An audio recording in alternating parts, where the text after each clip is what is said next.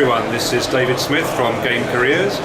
I'm still at Gamescom in Cologne in Germany, and I'm very happy to have with me one of the speakers from GDC Europe. Her name is Heather Kelley. She's the founder and principal at Perfect Plum. Heather, please can you introduce yourself? Yes, thank you.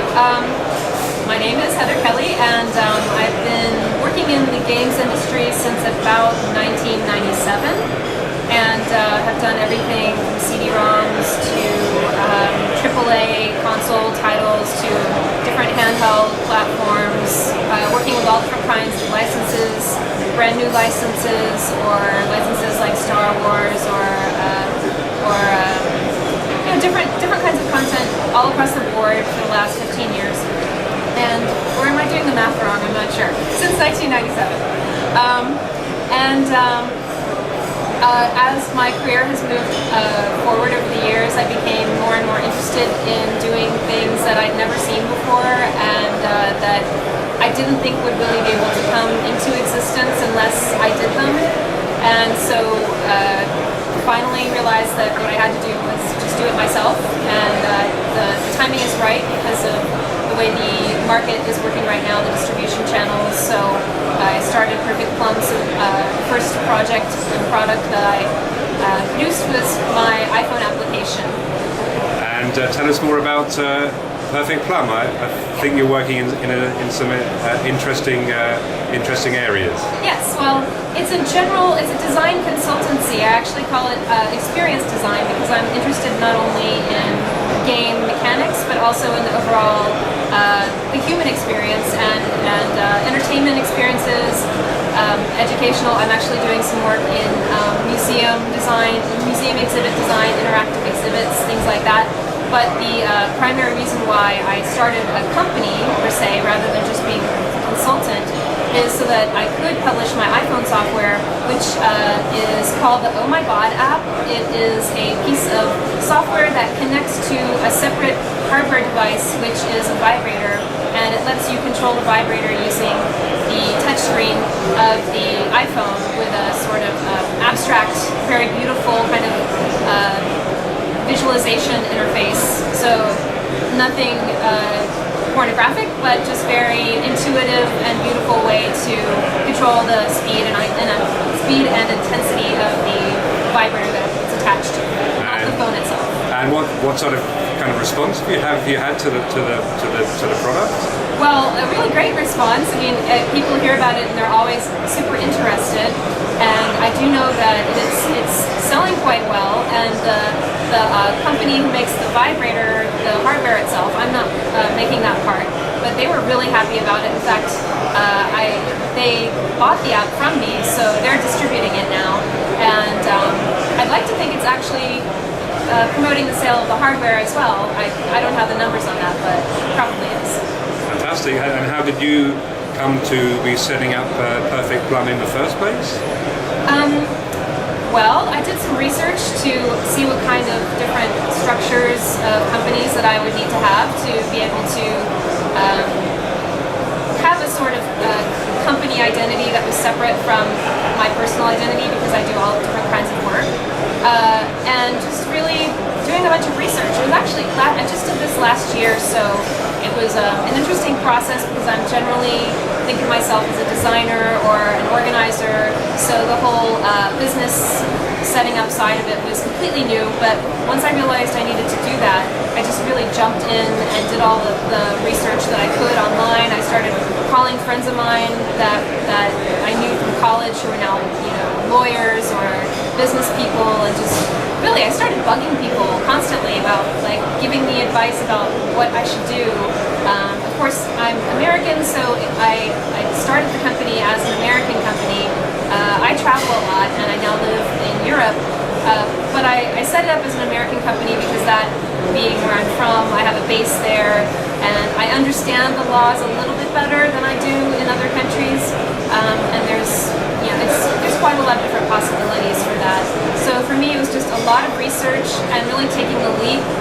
I knew that I would probably make some big mistakes, and I also kind of just accepted the fact that it's my first business on my own, and that it might even fail, and I had to be okay with that because I would just learn a lot from that and be able to go on and do something better the next time. So that was really quite an adventure for me the last year or so. Fantastic. And just moving on a bit more generally, Heather, there's not as many women working in the games industry as a lot of people would like. What more do you think the industry needs to be doing to encourage more women to join us? So, what does the industry need to do, or do you mean like what does everyone need to do? Well, everyone has a different role to play, I would guess. You know, there's definitely something that a CEO could do that maybe a tester could not do. So maybe you have to figure out, you being the person, what they what's within their realm of possibility to do to help change that. And it could be anything from if you are in a position where you have power at a company, you could do things to encourage hiring and referrals of women into the industry. Or if you're really just someone who's very new and you're a junior level designer or something like that, it's more on the level of when making those referrals, finding friends of yours that might be interested and who have maybe hadn't thought of it before, and introducing it to them.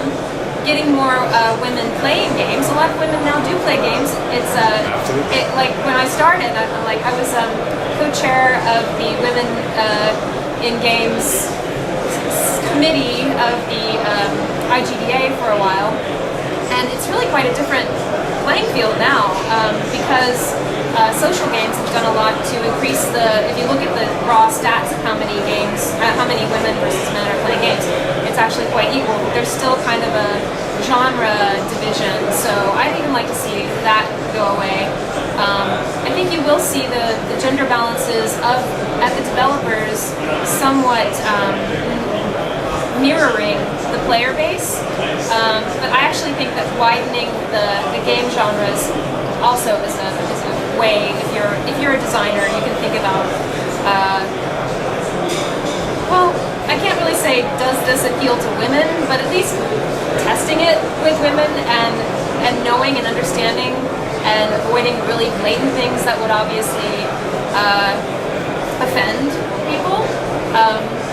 So those are some things. I would say just if you're not in a position to really do the hiring, then at least you can make other women feel welcome and be interested, and once they are hired, find ways to make sure that they want to stay. Fantastic. And finally, Heather, what advice would you give a job seeker looking to apply for a job in the games industry as a whole, be it a man or a woman? Right, anyone.